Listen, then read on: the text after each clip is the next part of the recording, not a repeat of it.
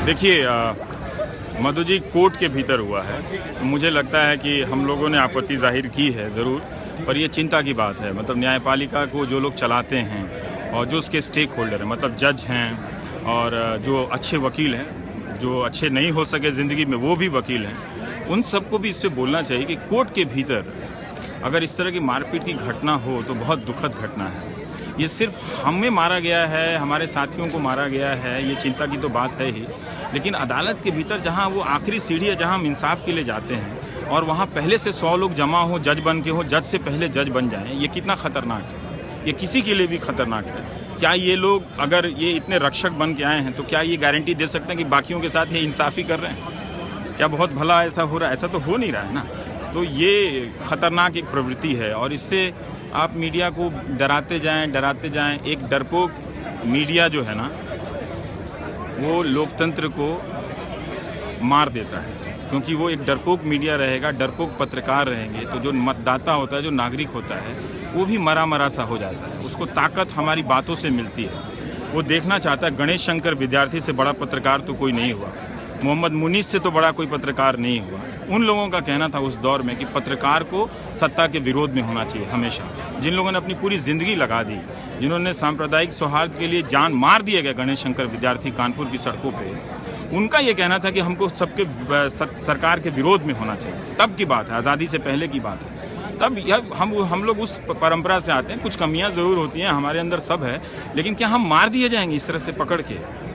रवीश जी, आप ये बताइए कि ये जो चैनल्स में चला रहे हैं कि जो भी इनको कोई भी सपोर्ट देते हैं तो वो एंटी इंडियन है। अगर फ्रीडम ऑफ स्पीच को सपोर्ट करें तो ये आप क्या समझते हैं कि जो चैनल ने स्लोगन्स और ट्विटर पर कैंपेन शुरू किए हैं कि ये एंटी इंडियन लोग हैं, ये ऐसे हो सकता है कि you are for freedom of speech but you are very patriotic? देखिए, ये एक राजनीतिक मामला है। ये जो कुछ चैनल हैं जो इस तरह के भाषण देते हैं, जो मैं कहता हूं कि टीवी देखना बंद कर दीजिए, मत देखिए। अगर इस तरह का एंकर अगर ये करेगा, वो कौन होता है किसी को चिन्हित करने का, निशानदेही करने का कि आप भारत विरोधी हैं? क्या पता ये काम करके वही भारत विरोधी काम कर रहा है कि लोगों को आवाज़ उठाने का मौका नहीं दे रहा है। अगर हर बात को अगर आप भारत विरोधी बताएंगे तो सबसे बड़ा देशभक्त वो न्यूज़ एंकर बन गया क्या, जो अपने एक फालतू के विषय को चुनता है और लाखों ऐसे विषयों को कबाड़ में डाल देता है जिसमें जनता के हित जुड़े रहते हैं, जो जनता परेशान रहती है,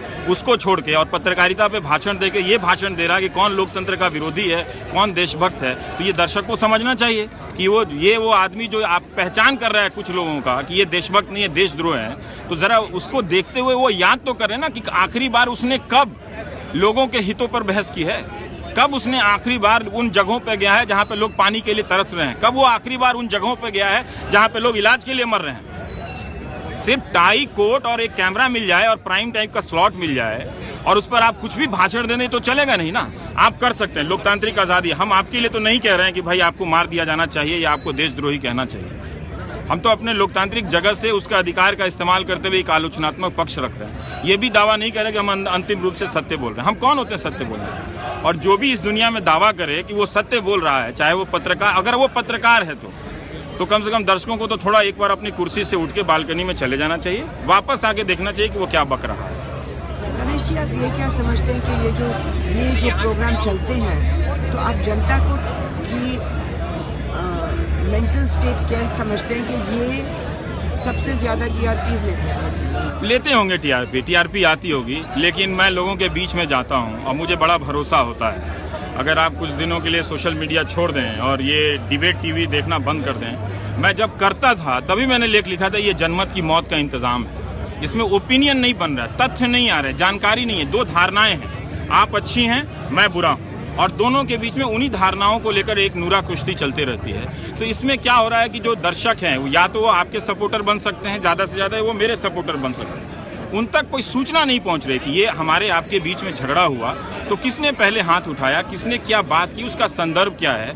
इन तीन बातों पे चर्चा किए बिना अगर हम और आप अच्छी हैं या मैं बुरा हूँ या मैं ही सबसे अच्छा हूँ आप सबसे बुरी हैं, इस तरह से एक धारणा बनाने की कोशिश हो रही है। और ये डिज़ाइन है, ये पूरे देश में दुनिया भर में चल रहा है ये जो डिबेट टीवी आया, और इसी में ये जो हाय हाय हज हज और भाई भाई किए जा रहे हैं, 2 बात किसी ने पूरी नहीं की कि फिर तीसरी बात आ गई, तो उसमें क्या ओपिनियन बन रहा है। मैं तो लोगों से भी पूछता हूँ कि आप किस लिए ये टीवी देखते हैं, और आपको देख के आपकी जो खुजलाहट है, जो कुंठा है, उसको शांति मिलती है या आपको जानकारी मिलती है? इन दोनों में वो अंतर तो करते होंगे ना। मुझे लगता है कि वो अंतर कर लेते हैं, अंत में वो समझ जाते हैं कि क्या है। इसलिए आप इतना भयभीत भी नहीं हूँ, लेकिन ये चिंताजनक स्थिति तो ज़रूर है कि हर बात पे क्वेश्चनिंग इस तरह से हो रहा है कि वो देशभक्तों का साथ दे रहे हैं। यहाँ पे कोई देशद्रोहियों का साथ देने तो आए नहीं है। यहाँ वो कहाँ गया जो हमारा साथ देने नहीं आ रहे हैं? यहाँ पे तो कायदे से जजों को होना चाहिए था, यहाँ पे वकीलों को होना चाहिए था। हम तो देशद्रोहियों का साथ देने के लिए नहीं आए। अगर कोर्ट के भीतर अगर पत्रकार को मारा गया है, कल वो गरीब आदमी जो किसी बड़े आदमी के द्वारा सताया गया है, अदालत की दहलीज पे जाता है इंसाफ के लिए, और उसको 100 वकील मिलके उसको मार दें, और वो गरीब आदमी मैं नहीं हूँ, वो जो टीवी के सामने जो आपको ये खोल के जो सुन रहा है वो गरीब आदमी, मैं उसको गरीब कह रहा हूँ, क्योंकि वो तो अकेला जाएगा ना। वो हर बार हमको आपको और कैमरा लेके तो कोर्ट के परिसर में नहीं जाएगा। वो अगर अकेला जाएगा, अगर कोर्ट के दरवाजे पे 10 वकील उसको घेर के मार दें, तो फिर इंसाफ की अवधारणा कहाँ रह जाती है? इसलिए ये जो मार्च है, और मैं पूरा प्राइम टाइम इसी पे कर रहा हूँ, ये मार्च पत्रकारों के लिए तो मैं बिल्कुल नहीं आया, मुझे उनकी चिंता भी नहीं है। इससे पहले तमाम सरकारों में उन पर हमले हुए हैं, होते रहे। मैं ये चाहता हूँ कि लोग चिंता करें 2 बातों के लिए, कि अगर ये डरपोक पत्रकार होगा, वो डर जाएगा, तो वो मर जाएंगे, अपने ड्राइंग रूम में एक मरे हुए आदमी की तरह रहेंगे। उनके पास सब चीज़ रहेगी, गाड़ी बंगला सब चीज़ है, सब सुख सुविधा रहेगी। और दूसरा, जब वो इंसाफ के लिए जाएंगे अदालत की दहलीज पे, तो उनके साथ क्या होगा? और उनको पता नहीं लगेगा कि क्या हो रहा है देश में। तो उनको पता नहीं लगेगा। अगर वो कोर्ट में पता लगना चाहिए था, अगर तब भी अगर वो देशद्रोहियों का ही कोई मामले की सुनवाई हो रही है, तब भी वहाँ पत्रकार को तो होना ही चाहिए रिपोर्ट करने के लिए, ताकि हर तरह की बात, क्या बहस हो रही है, क्या दलील दी जा रही है, तो सामने आना ही चाहिए। इसको कैसे कोई रोक सकता है? रवि जी, इसके आगे आप समझते हैं कि पत्रकारों को क्या करना चाहिए कि कुछ नतीजा निकले इससे? मुझे लगता है कि सुप्रीम कोर्ट, अभी हमारे साथी बता रहे थे कि जब हरियाणा में पत्रकारों को मारा गया तो याचिका दी गई हरियाणा सरकार और केंद्र सरकार को, और कोई उस पर किसी ने अभी तक उस पर अपना जवाब तक फाइल नहीं किया, जबकि पिछले सितंबर या अगस्त की घटना है वो। मुझे लगता है कि अदालत को इसको संज्ञान लेना चाहिए, और हम लोगों को और थोड़ा सा इसे पुश करना चाहिए कि हमारी सुरक्षा का दायित्व लोकतंत्र के हित में है। हम तो ऐसे ही कोई अधिकार नहीं, जब जो चाहता है वो निकाल देता है, 2 मिनट के अंदर हम सड़क पर आ जाते हैं। तो अगर लोकतांत्रिक संस्थाएं, लोग जिनको चुन के भेजते हैं, अगर वो हमारी रक्षा के लिए नहीं आएंगी काम करते समय, जब तक हम पत्रकार हैं, तब तक तो भयावह स्थिति है। उन्हीं का दायित्व बनता है कि वो कम से कम हमारे रक्षा। कहीं पुलिस लाठी चार्ज कर रही है, कल को ये पुलिस आके कहे कि हमें भी मार दे, वो कहे कि हम कानून व्यवस्था बनाए रखने के लिए लाठी चार्ज कर रहे हैं, क्या उसी की दलील अंतिम मानी जाएगी? तो ये एक बात होना चाहिए। मैं उम्मीद करता हूँ कि प्रधान न्यायाधीश जो हैं, मैं तो ये भी उम्मीद करता हूँ कि उन्हें जब बुलाया जाए तो वो भी इस मार्च में आए।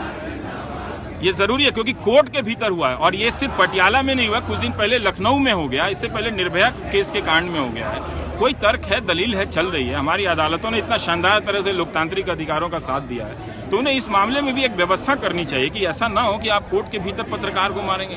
अगर कम से कम हमारी अदालतें हमारी रक्षा वहाँ नहीं करेंगी, तो मैं कहाँ जाऊँगा, किसके पास जाऊँगा?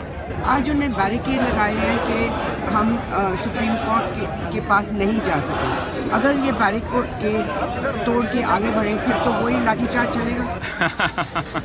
नहीं, ये भी एक तरीका है कि लोग यहाँ पे नारेबाजी कर रहे हैं, और वो ठीक है कि प्रदर्शनों का एक व्यवस्था है, ये भी हमें उजागर करना चाहिए कि हमें आगे तक नहीं जाने दिया गया है, जबकि ज्ञापन तो प्रधान न्यायाधीश को देना ही चाहिए, और वहाँ तक पहुँचने की व्यवस्था करें। अगर उसे नहीं जाने देते हैं तो किसी भी स्थिति में जो व्यवस्था है उसे तोड़ने के पक्ष में तो मैं नहीं रहता हूँ कि ठीक है, ये हम बताएंगे ज़रूर कि हमें आधे रास्ते में रोक दिया गया, हमें सुप्रीम कोर्ट तक नहीं जाने दिया गया।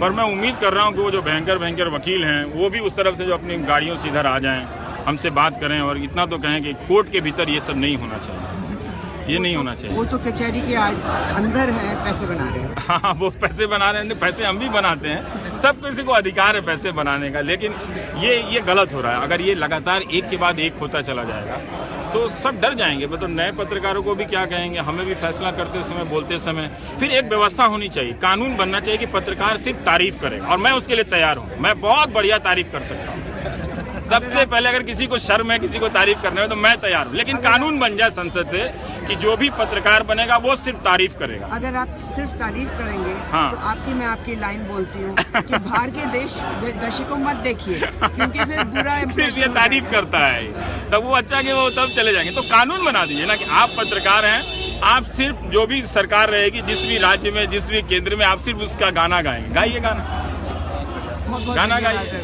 हमें क्या, हमें तो बड़ा अच्छा रहेगा। पहले भी राजाओं के दरबार में होते थे भाट और वो सब गाते थे, हम भी गा देंगे, वो भी परंपरा इसी देश में। हमको तो कहीं इंग्लैंड से लाना नहीं है नाव से जाके, कैम्ब्रिज से, हम तो यहीं से ले आएंगे, राजस्थान चले जाएंगे, थोड़ा किसी कोर्ट कल्चर का पढ़ लेंगे, इधर से मुगल दरबार से ही पढ़ लेंगे, कुछ पढ़ लेंगे। If you enjoyed that, click up here to support us and down here to subscribe. Be sure to check out our older episodes and the other stuff we do, like Can You Take It, I Agree, panel discussions, comics and animations, and much, much more.